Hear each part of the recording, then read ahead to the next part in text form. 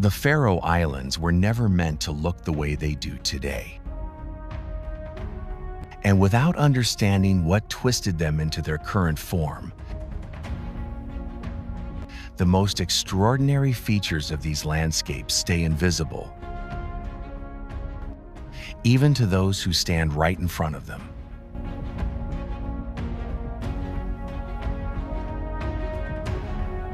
So before exploring the most interesting places across the archipelago, this documentary uncovers the forces that reshaped the Faroes into one of the strangest terrains in the North Atlantic.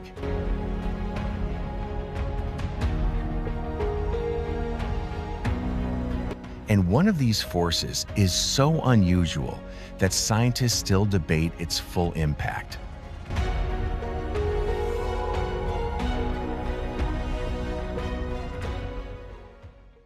Before the Faroe Islands became a collection of sharp ridges and vertical cliffs, they were part of a massive volcanic plateau that stretched almost 1,200 kilometers, nearly 750 miles, across the North Atlantic.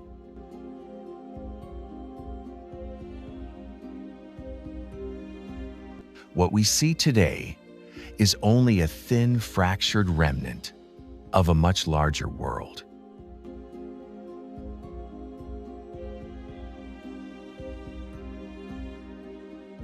And here's where things start to twist.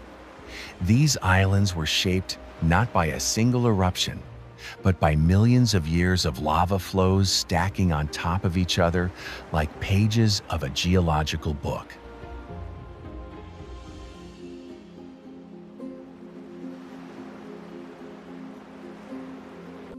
Each layer cooled, cracked, and shifted, creating weaknesses that the ocean later carved open.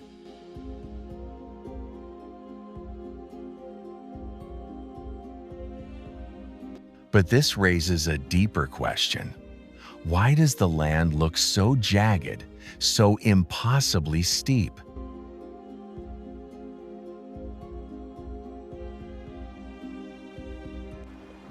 The answer begins with the weight of ice.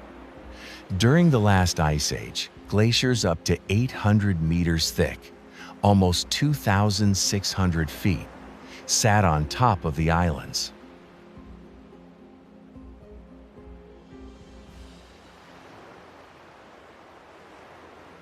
As they advanced and retreated, they sculpted U-shaped valleys, scraped away entire mountainsides, and polished basalt into the glossy surfaces seen today.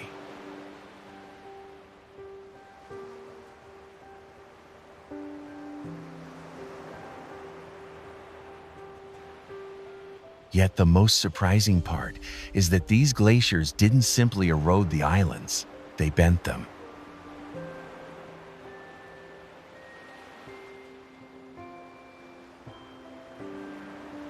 The land beneath was pushed down under the massive weight of ice. And when the glaciers melted, the islands slowly rebounded upward.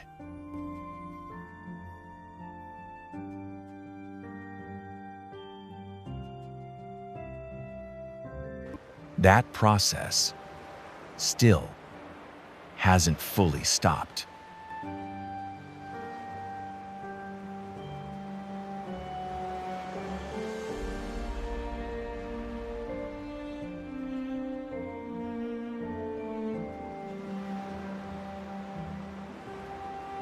But the ocean plays an even larger role. Beneath the surface, powerful currents swirl around the Faroes, driven by one of the world's few places where warm Atlantic water and cold Arctic water meet directly.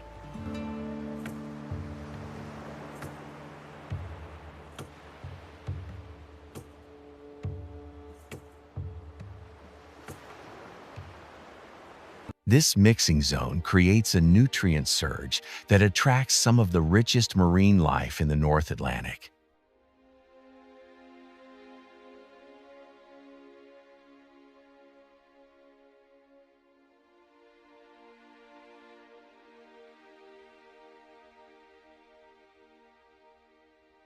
It also influences the weather and the color of the water, which can shift from steel gray to bright turquoise depending on current strength.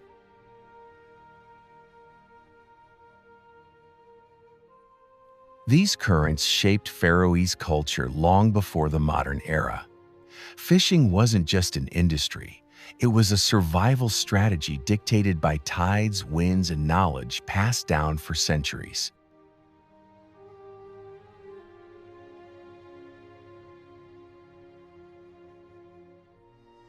Islanders developed a system of farstöðvar, traditional landing sites where boats could reach the shore safely even in violent seas.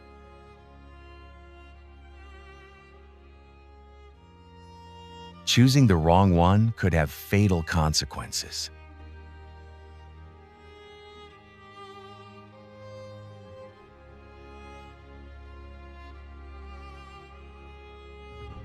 And here's another curiosity.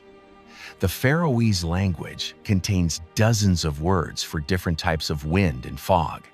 One term describes fog that moves upward in thin sheets.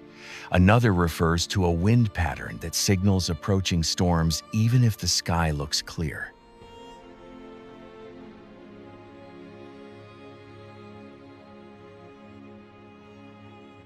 These linguistic details reveal how closely people here had to observe their environment, because a small mistake, a misread cloud, a sudden shift in the water could decide everything.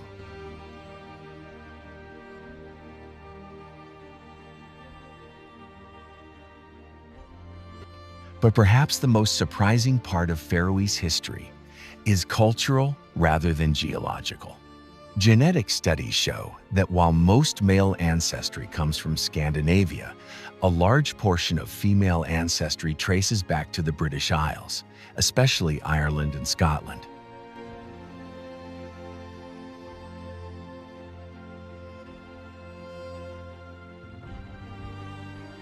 This unusual mix points to centuries-old patterns of migration, trade, and settlement that still puzzle historians.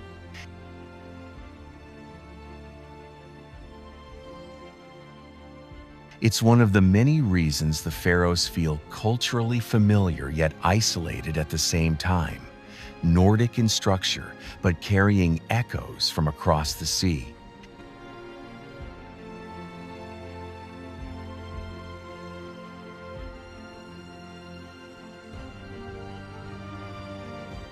Even the island's bird colonies have breathtaking complexity. Tens of thousands of seabirds nest on vertical cliffs because predators cannot reach them. Puffins dig burrows into soft soil high above the sea, while fulmars prefer shelves where wind currents give them lift.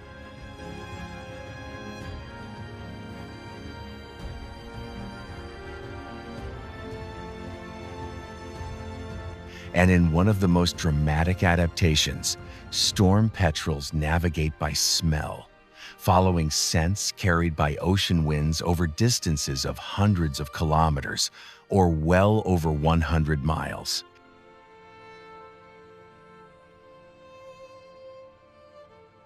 Yet the most unusual force shaping the islands is something still debated by scientists: basalt column shrinkage.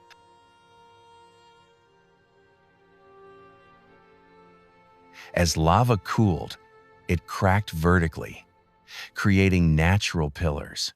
Over time, freeze-thaw cycles widened these cracks, causing entire sections of cliffs to detach cleanly, as if sliced with a blade.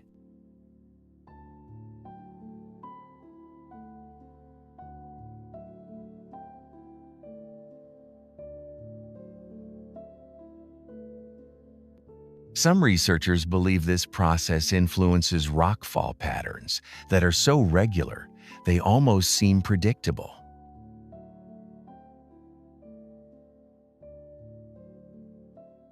Others argue that mysterious sound signatures in certain cliffs, deep resonant vibrations during storms, hint at structural weaknesses yet to be understood.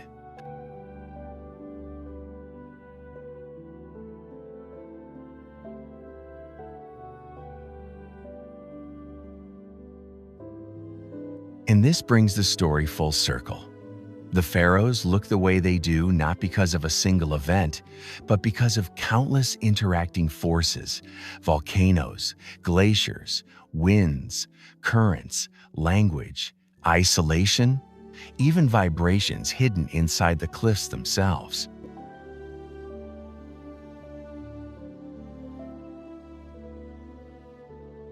And now, with the strange mechanics behind these islands uncovered, the most remarkable places across the archipelago take on an entirely new meaning.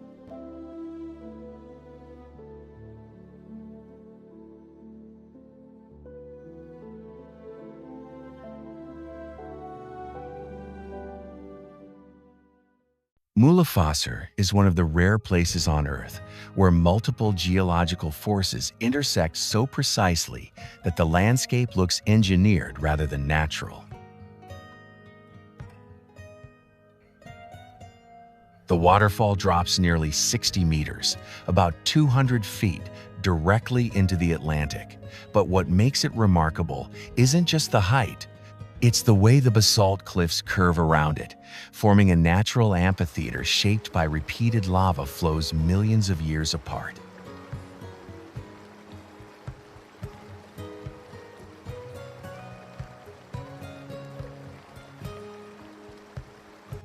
Each layer cooled at a slightly different rate, creating subtle patterns in the rock that reveal the island's volcanic past.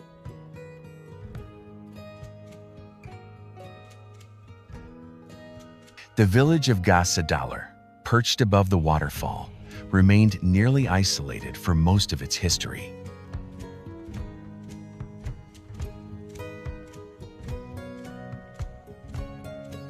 Until a tunnel was dug in 2004, residents relied on steep mountain paths or boat routes exposed to unpredictable winds.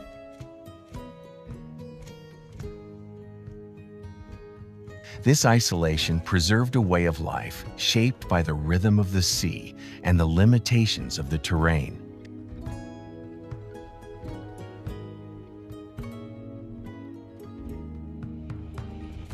Even today, when the wind hits the cliff edge at the right angle, the waterfall doesn't fall, it rises, pushed upward by gusts that can exceed 30 meters per second, nearly 70 miles per hour.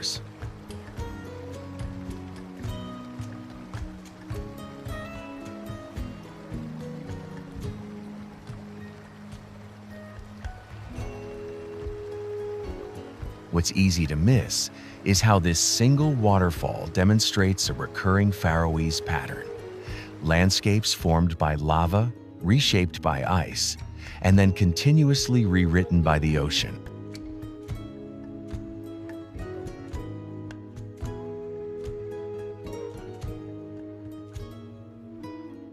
That pattern becomes even clearer as the journey continues deeper into the island's interior, where the next phenomenon reveals an illusion many travelers never expect to witness.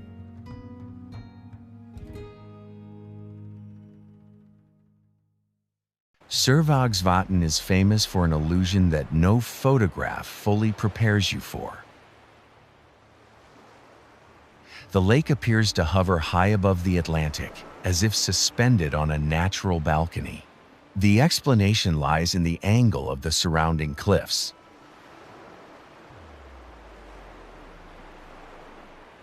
They rise steeply from sea level, while the lake's surface sits only about 40 meters, roughly 130 feet higher, creating a perspective trick that convinces the eye the drop is far greater than it is.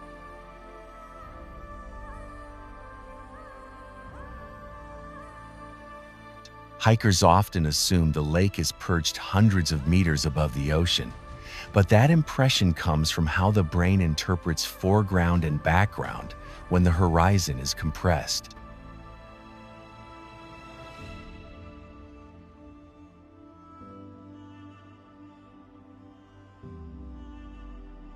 This lake also played a strategic role during World War II, when British forces built an airstrip nearby due to the stable terrain and steady winds.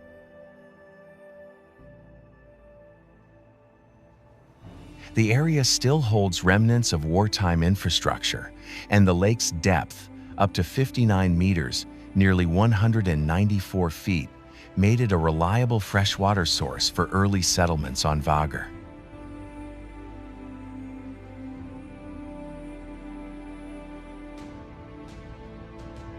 But what's even more interesting is how the lake interacts with the ocean below.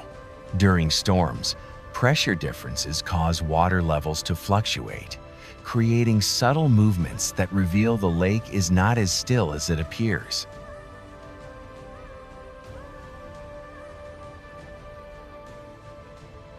That hidden motion becomes more noticeable as the path continues toward a nearby formation where wind, rock, and gravity create a very different kind of spectacle.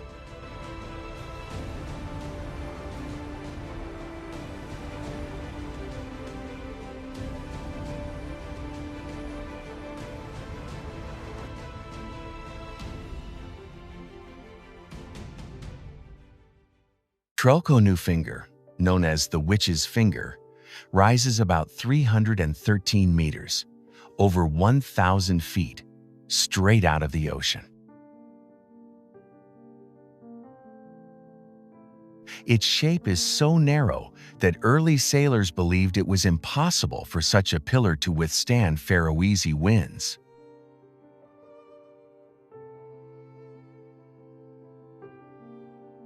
Yet the reason it remains standing lies in the structure of columnar basalt.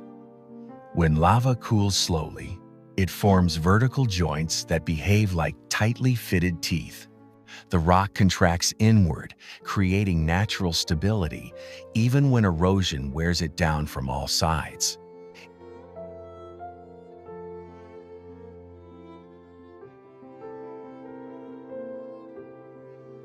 In Faroese folklore, the spire was said to be the finger of a giant witch who tried to drag the islands toward Iceland, but turned to stone when touched by sunlight.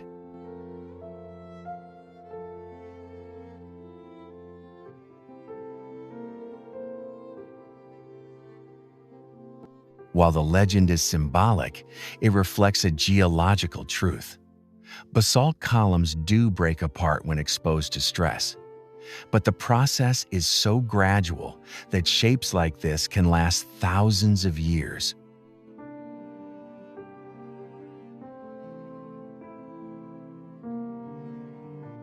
And calm weather is precisely what you hope for when moving closer to a place where rock formations don't just stand. They stretch forward into the sea in dramatic arches that reveal how the islands were split apart.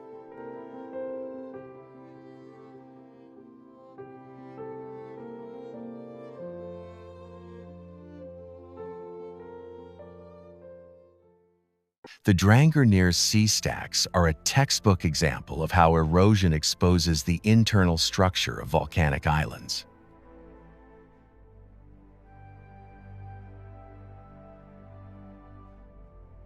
The larger arch, called Sørvágsvatn Drangar, likely began as a solid headland formed 55 million years ago.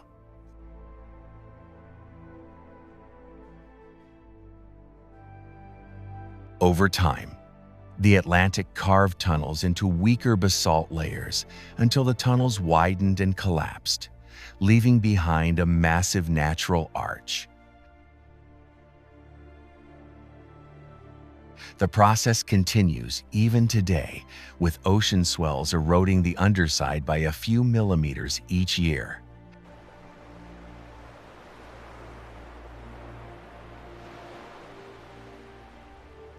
What makes Drangarnir particularly fascinating is how the stacks align with prevailing winds.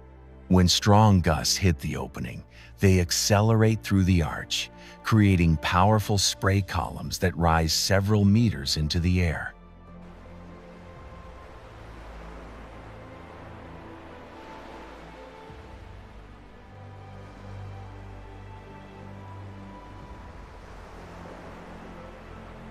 Fishermen use this effect as a natural indicator of incoming storms. If the spray from Drangarnir rose high enough to catch sunlight, Rough seas usually followed.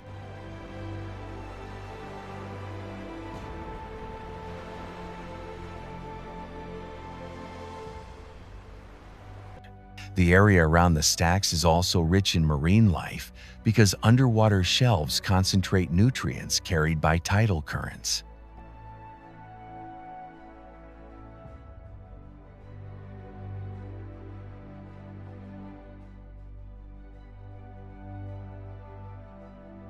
Seabirds circle the stacks constantly, using wind patterns around the arch to glide without flapping their wings. It's a small-scale demonstration of how birds exploit microclimates throughout the islands.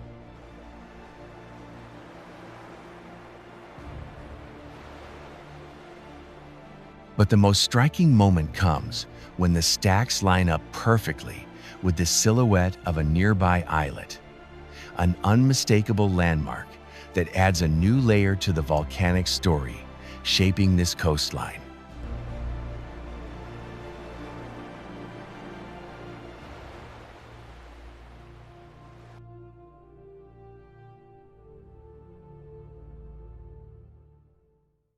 Tindhólmur stands out immediately because its 5 peaks, Itsti, Arni, Litli, Breithi, and Bogdi, form a ridge unlike anything else in the Faroes.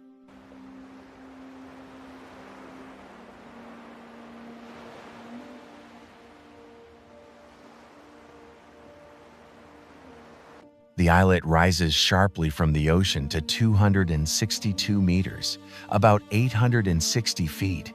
Yet its distinctive profile comes from uneven cooling of basalt layers.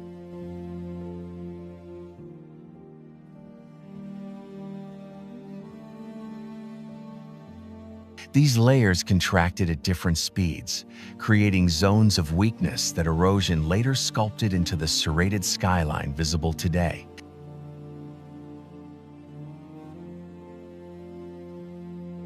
What makes Tindhólmur fascinating is its isolation. There are no roads, no permanent buildings, and no easy landing spots.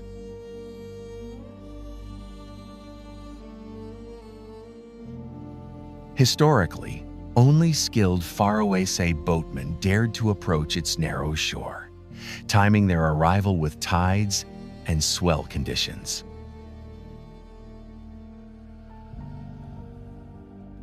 The island's grassy upper slopes once supported seasonal bird hunting, but reaching them required climbing steep, slippery ridges, a task guided more by experience than by equipment.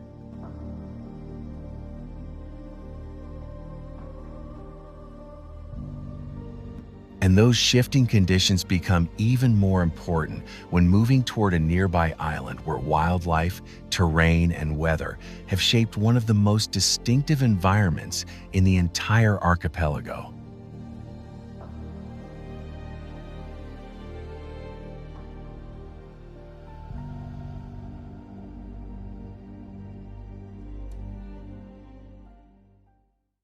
Mykines is often described as the Faroes' natural sanctuary, but its uniqueness goes beyond bird life.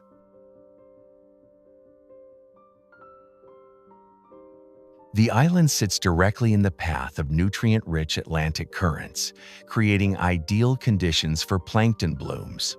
These blooms attract fish, which in turn attract seabirds by the tens of thousands.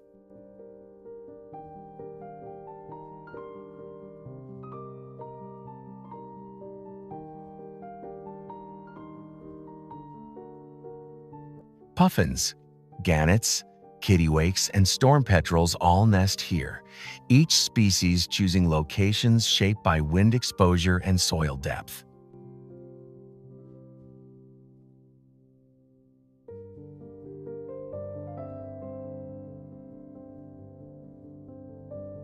The narrow footbridge leading to Kallur Lighthouse reveals how the landscape continues to shift.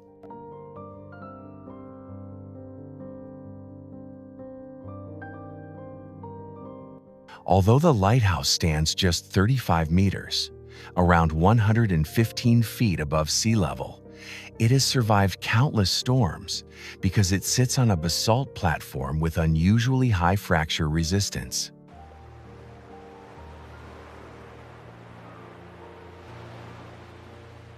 The cracks in the rock here are tighter and less weathered, giving the ground a stability not found on many other islands.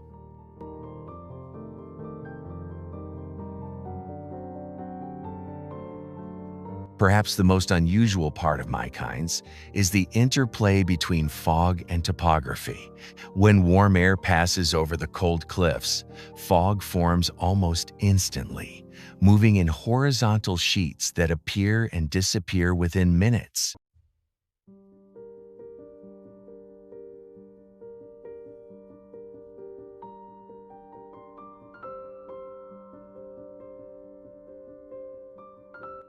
This creates moments where visibility drops to near zero, then abruptly clears, a cycle that shaped local navigation traditions for centuries.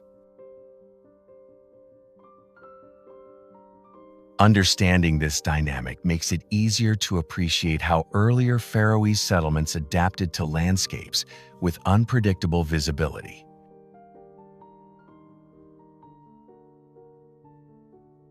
And nowhere is that adaptation more visible than in a remote valley sculpted by both sea and time.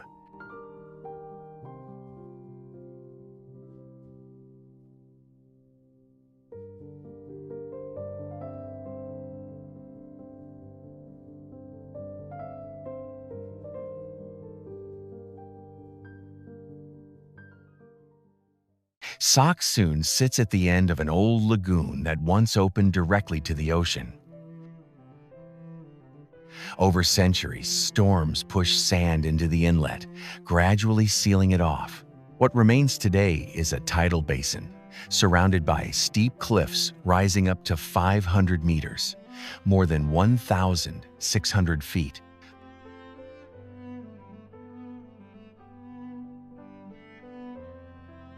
The shape of the valley reveals its glacial origin, a classic U-shaped depression carved by ice before being partially filled by marine sediment.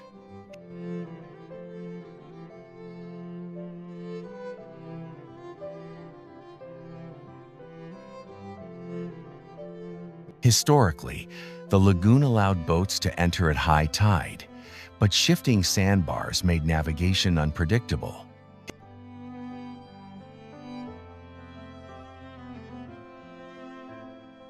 Local farmers relied on a deep understanding of tide cycles, using subtle cues in wind direction and cloud patterns to determine whether the inlet would be passable.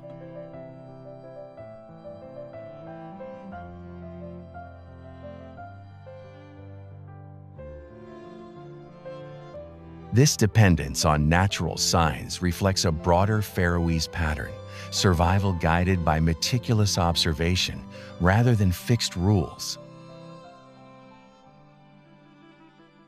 And the forces that shape this valley become even more dramatic when moving north, where water no longer rests in a quiet basin but plunges down a cliff face with relentless power.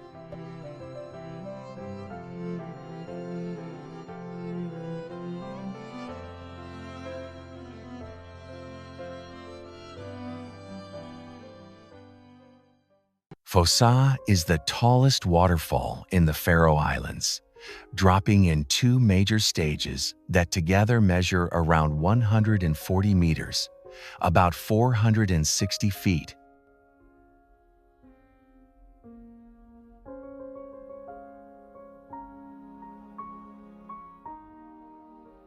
What makes Fossá fascinating isn't just its height, but the way its flow changes depending on wind direction and rainfall.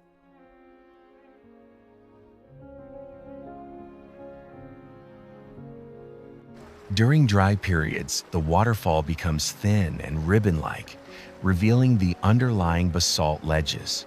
After storms, however, the volume increases so dramatically that the spray can drift horizontally across the valley.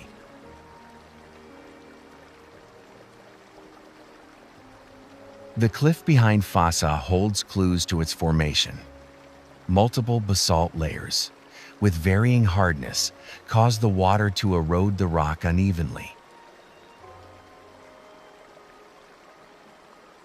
Softer layers recess more quickly, forming natural steps that guide the waterfall split.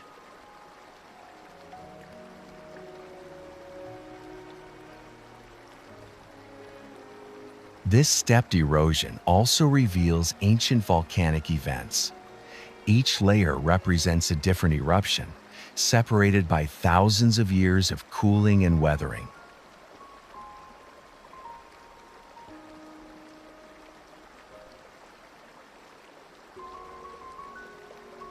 Historically, the sound of Fossá served as a navigation marker. Before modern roads, travelers crossing the northern part of Streymoy often listened for the waterfall to orient themselves in fog.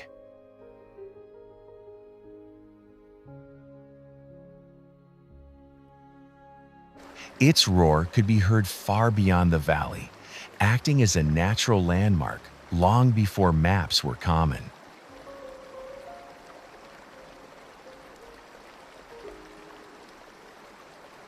Understanding how people once navigated this terrain becomes even more interesting when continuing toward a settlement where isolation shaped unique architectural and cultural adaptations.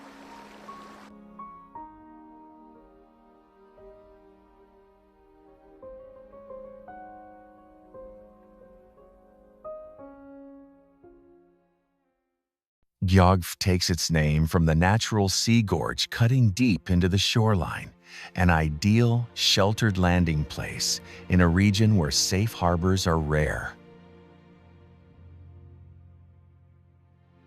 The gorge was formed by selective erosion along a weakness in the basalt, where water repeatedly exploited the same fracture line over thousands of years.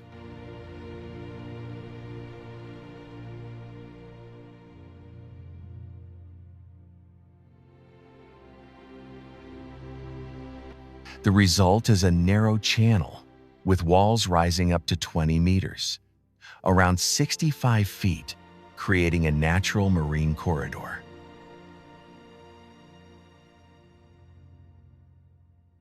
For centuries, this gorge was vital for local fishermen. Its shape amplified certain wave frequencies, allowing experienced sailors to judge sea conditions simply by listening to echoes within the channel.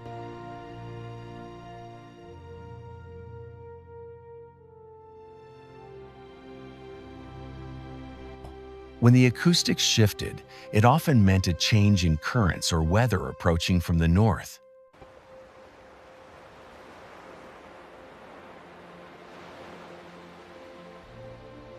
The village's traditional turf-roofed houses reveal how residents adapted to extreme conditions. Thick walls retained heat during long winters, while grass layers on the roofs provided insulation and acted as natural anchors against storms.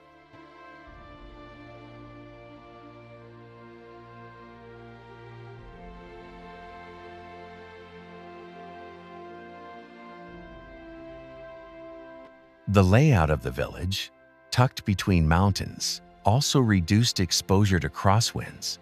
But what stands out most in Gjógv is how closely human settlement aligns with geological opportunity.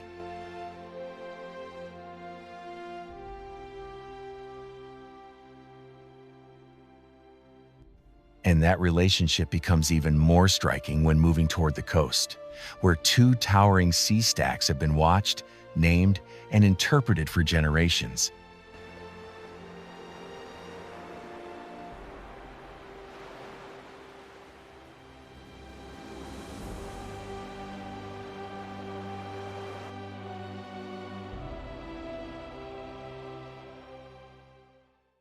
Risin and Kellingin, known as the Giant and the Witch, are among the most recognizable rock formations in the Faroes.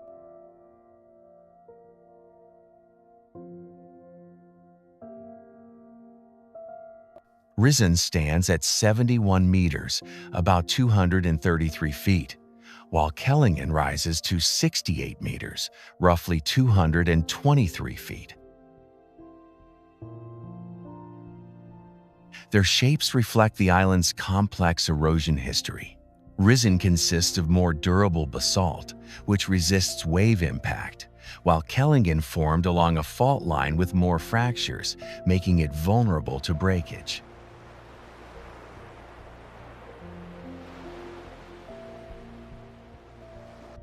Geologists have measured micro-movements in Kellingin, and some estimate that a major storm could eventually cause the upper section to collapse.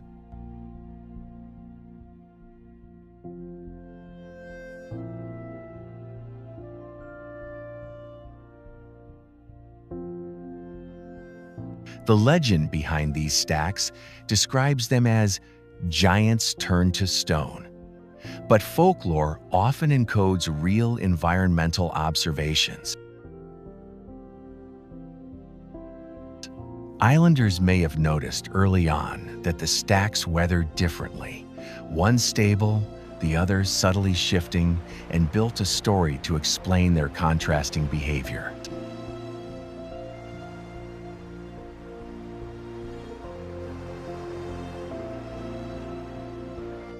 Ocean currents around the stacks are notoriously strong because the seabed drops sharply just offshore.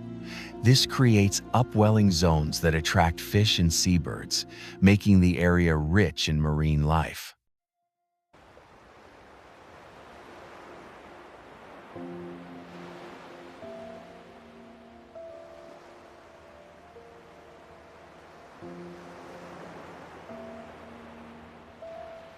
The stacks also cast long shadows over the water during sunset, helping early sailors identify their position when visibility was low.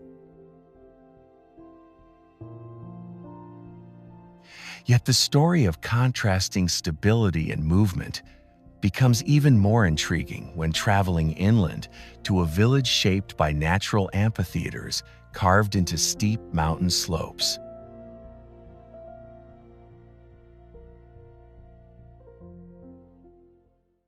Funningur is often pointed out as one of the earliest Norse settlements in the Faroes, a theory supported not by written records, but by the surrounding terrain.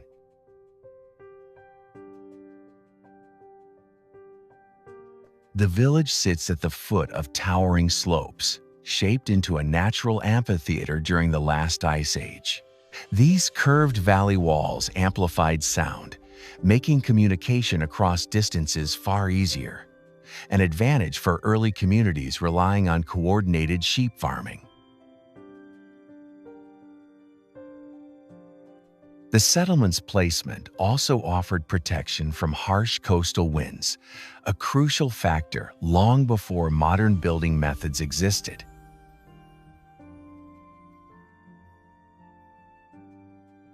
Traditional Faroese wooden houses here sit on stone foundations designed to let air circulate underneath.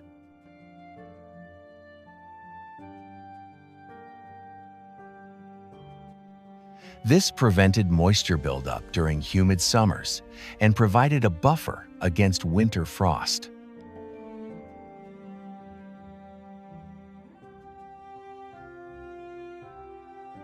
The construction method reflects centuries of trial and error in a landscape where even minor design flaws could lead to structural failure.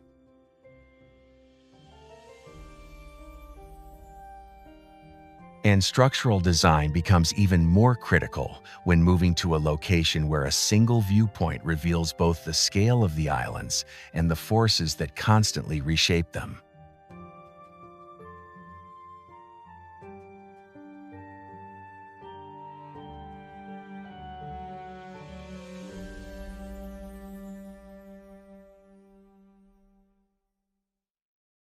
Kallur Lighthouse sits on one of the most dramatic ridgelines in the North Atlantic.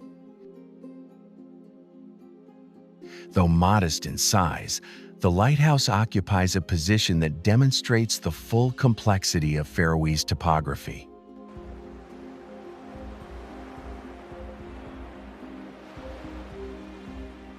The cliffs drop nearly 500 meters, over 1,600 feet, straight into the ocean, creating powerful updrafts that have influenced lighthouse operations since its construction in 1927.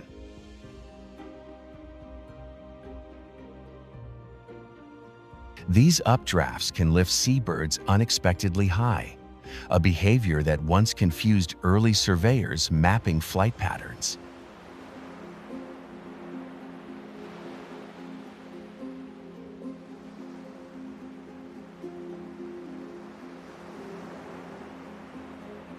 Kallur's isolation meant lighthouse keepers once had to rely on supply deliveries carefully timed with weather windows.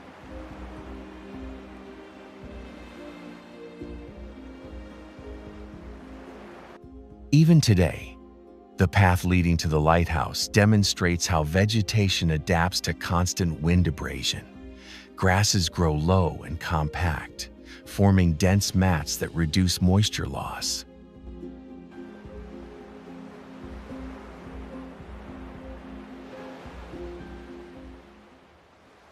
But the lighthouse's most intriguing aspect is its role as a vantage point. From here, the relationship between islands, currents, and volcanic remnants becomes unmistakable.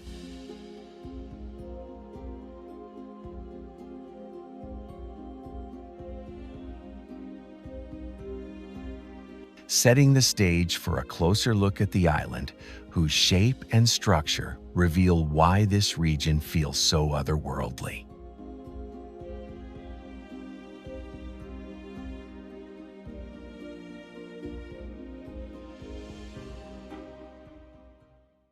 Kunoy is one of the least altered islands in the Faroes, defined by steep mountain walls that rise quickly from sea level to peaks over 800 meters, around 2,600 feet.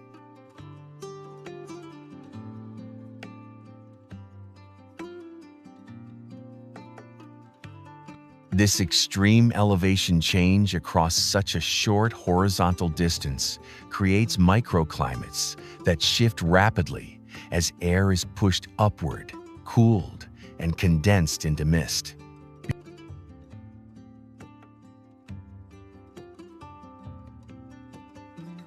Because of this, Kunoy often appears wrapped in a vertical blanket of cloud, while neighboring islands remain completely clear.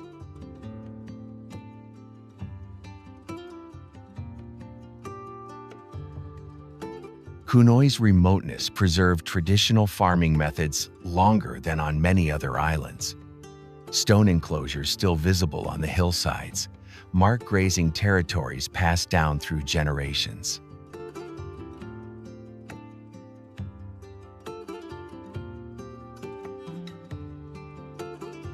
These structures were built without mortar, relying instead on interlocking stones, a method designed to withstand frost heave and heavy winds.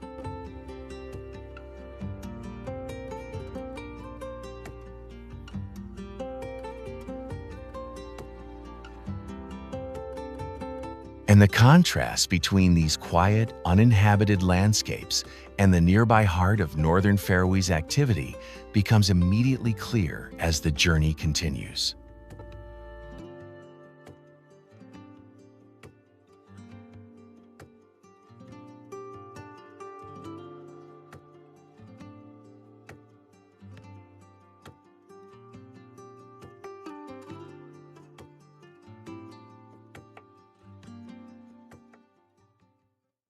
Klaksvík is the second largest town in the Faroes, yet its strategic significance far outweighs its size.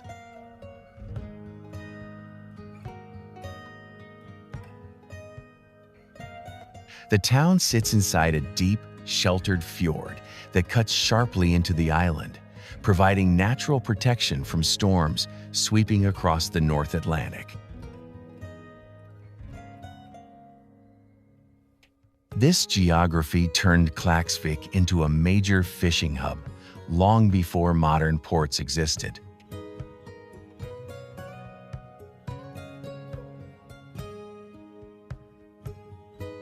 By the mid-20th century, it had become the center of the Faroese fishing industry, exporting products across Europe.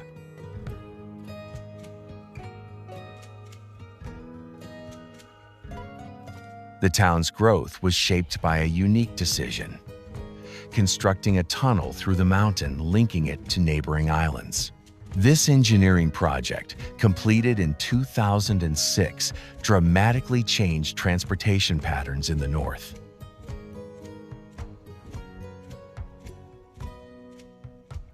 The tunnel runs through layers of basalt with varying density, requiring precise drilling to avoid zones of loose volcanic material.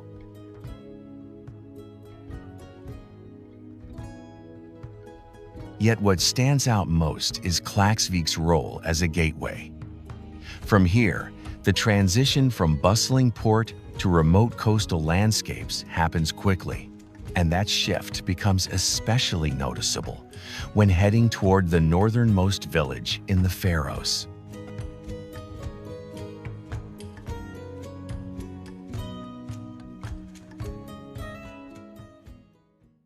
Viðareiði, located at the tip of Viðoy, is the northernmost settlement in the Faroe Islands.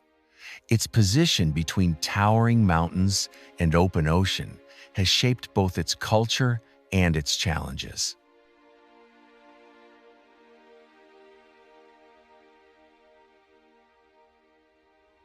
One mountain rises to 841 meters, about 2,760 feet, creating a dramatic backdrop while also channeling winds through the valley.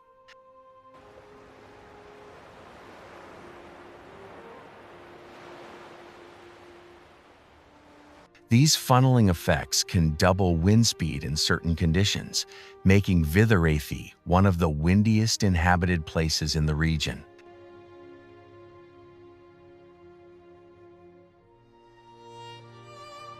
The village was nearly destroyed in the 17th century when storm-driven waves swept across the low-lying areas, carrying away houses and fields.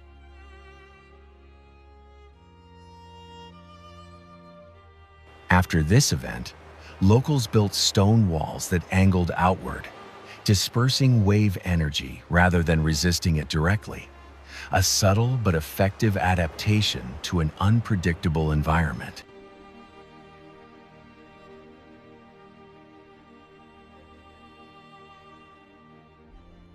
The surrounding cliffs host colonies of seabirds that use wind currents rising along the slopes to glide with minimal effort.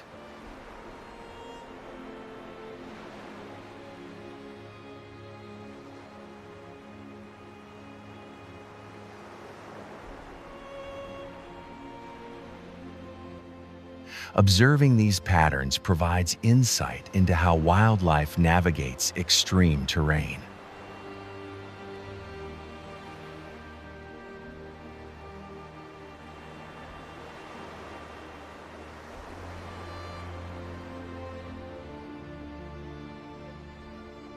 And with these northern landscapes explored, the journey shifts southward toward the cultural and administrative center of the islands, a place where history, tradition, and modern life intersect.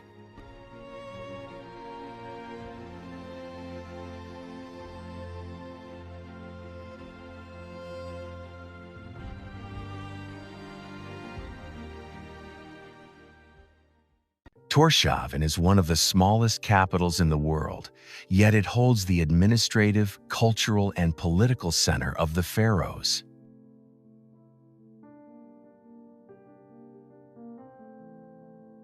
Its location was chosen with remarkable precision. A naturally sheltered harbor, protected from the open ocean by surrounding headlands, allowed early settlers to anchor safely in unpredictable weather.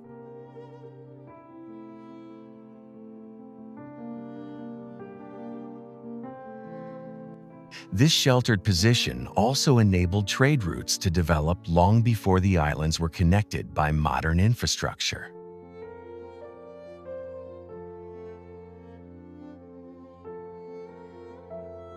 The historical heart of the city, Tinganes, has been a meeting place for governance for over 1,000 years. The red wooden buildings seen today stand on top of layered archaeological remains, showing how structures were repeatedly rebuilt to adjust to changing sea levels and storm patterns.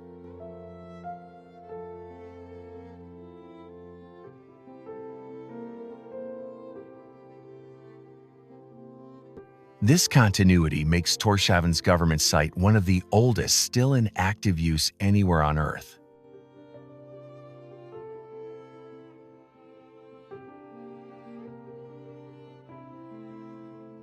And when leaving the calm rhythm of the capital behind, the transition to the island's most dramatic southern coastline reveals a final, powerful expression of how land and ocean continuously reshape each other.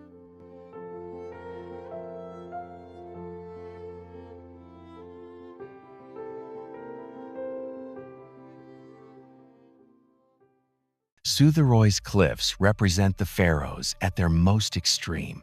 Here, the basalt that forms the islands reaches its highest concentration of vertical, near unstable columns, towering walls that rise more than 400 meters, over 1,300 feet, directly from the ocean.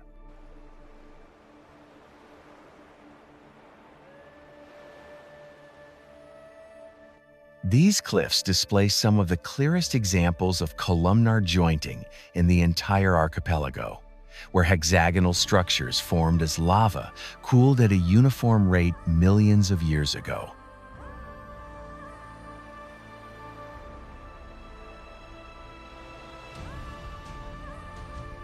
The southern coastline is also known for violent interactions between sea and rock. Long-period swells travel across the Atlantic and collide with the cliff base, producing upward bursts of spray that locals call blowing seas.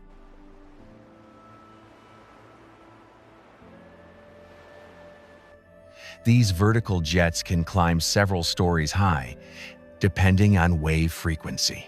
Geological surveys suggest that repeated impact from these swells creates fracture lines deep inside the cliffs, lines that sometimes lead to sudden rockfalls, altering the coastline without warning.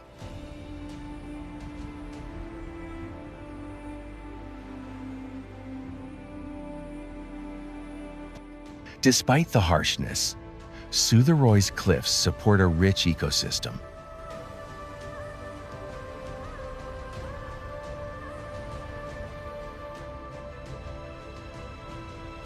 Fulmars nest on narrow ledges where predators cannot reach, while guillemots cluster in densely packed colonies that rely on wind lift to take flight.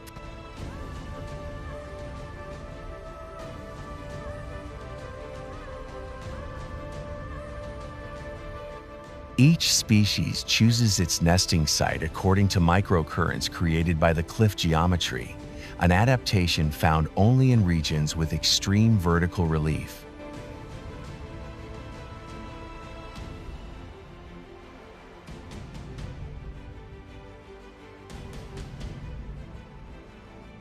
Standing here at the southern edge of the Faroes reveals the full story of the archipelago, a landscape continuously built, erased, and rebuilt by forces that remain active even today.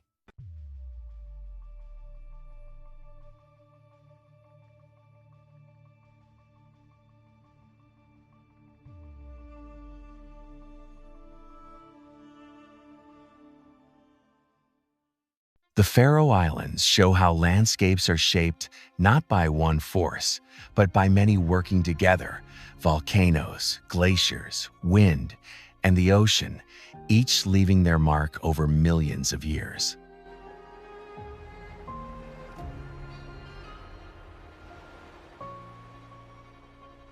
Every cliff, valley, and ridge carries part of that story, still unfolding today.